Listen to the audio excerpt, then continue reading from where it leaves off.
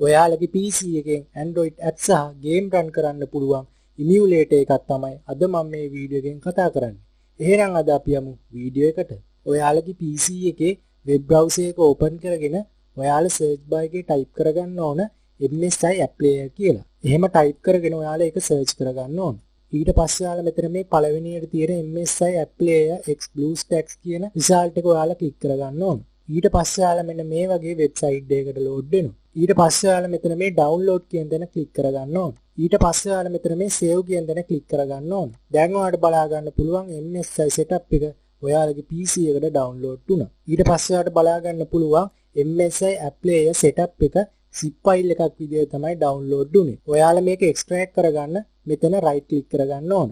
ඊට පස්සේ ඔයාලා මෙතන මේ extract here කියන දන click කරගන්න ඕන. දැන් ඔයාලට බලා ගන්න පුළුවන් මේ zip file එක unzip වුණා. ඊට පස්සේ ඔයාලා මේක open කරගන්න ඕන. ඊට පස්සේ එන message එකට ඔයාලා yes කියන තැන click කරගන්න ඕන. ඊට පස්සේ ඔයාලා මෙතන මේ පළවෙනියටම තියෙන customize installation කියන දන click කරගන්න ඕන. ඊට පස්සේ ඔයාලා මෙතන මේ folder කියන දන click කරලා ඊට පස්සේ ඔයාලා මේ MSI App Player emulator එක කොහාටද install වෙන්නේ කියලා තෝරලා මෙතන මේ okay කියන දන click කරගන්න ඕන. ඊට පස්සේ ඔයාලා මෙතන මේ install now කියන දන click කරගන්න ඕන. දැන් ඔයාලට බලා ගන්න පුළුවන් MSI App Player emulator එක download වෙලා automaticallyම install වෙනවා.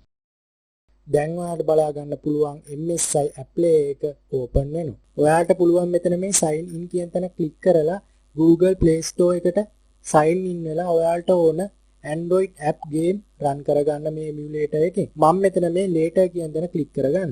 එහෙම නැත්නම් ඔයාලට පුළුවන් මෙතන මේ Google Play Store කියන icon එක click කරලා ඔයාලට පුළුවන් Android app game මේ emulator එකෙන් run කරගන්න.